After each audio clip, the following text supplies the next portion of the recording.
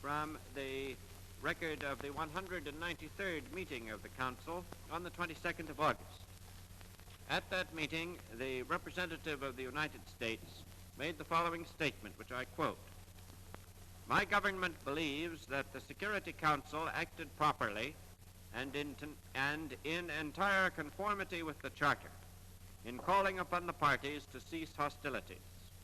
We consider that paragraph A of the Council's resolution of the 1st of August 1947, so far as the Charter is concerned, is a provisional measure under Article 40.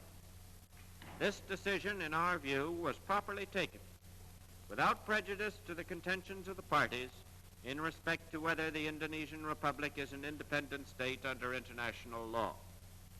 In our view, the Council's jurisdiction rested in the fact that large-scale hostilities were being carried on in Indonesia, the repercussions of which were so serious that they amounted to a threat to international peace and security. In the view of the United States, the Security Council has ample power to observe, if necessary, its own ceasefire order and to make certain that new hostilities do not break out which would threaten international peace and security. It is hardly necessary for me to emphasize the seriousness with which my government would view a failure by the parties to comply with the Council's ceasefire order. Of course, in such an event, the Council would, under Article 40, have to take such failure into account in considering further action." That is the end of the quotation of the statement made on behalf of my government in the 22nd of August, 47.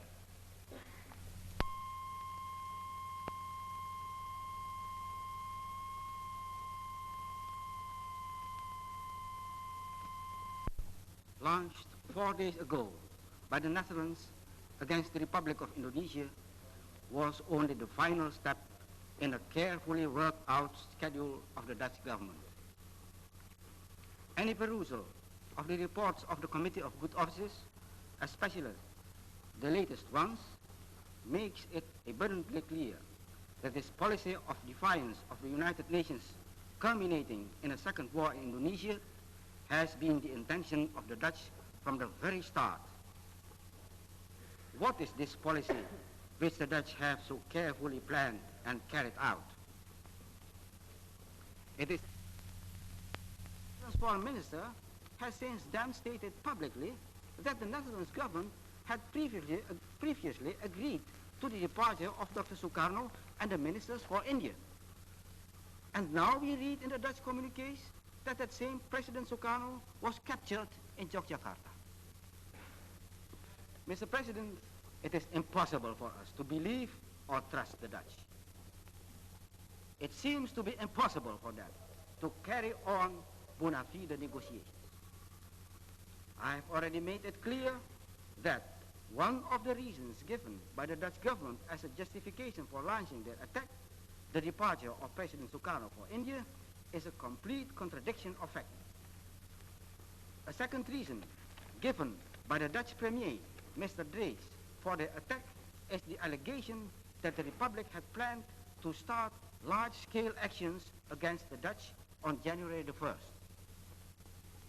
With our poorly equipped army, made even poorer by the impossibility of replenishment of arms because of the total Dutch blockade, it is inconceivable and a complete contradiction of logic to assume that we could possibly be in a position to send our troops into an offensive war against an army equipped with the best possible heavy modern material. This is too ridiculous a charge to be taken. Go into any details about what should be done by the Security Council to bring about a peaceful solution in Indonesia. I am reserving the right to deal with this aspect at a later stage. I only want to remind the Council that my government has, right from the time of the first military action, asked that decisive powers be given to the Committee of Good Offices. We still feel that provided such powers are given to a Security Council body, a solution will be possible. I want to make it perfectly clear to the members of the Council that, in the view of my government, the presence of the Council's committee in Indonesia and the continuation of the committee's work is vital if anything positive is to be achieved in Indonesia. Thank you.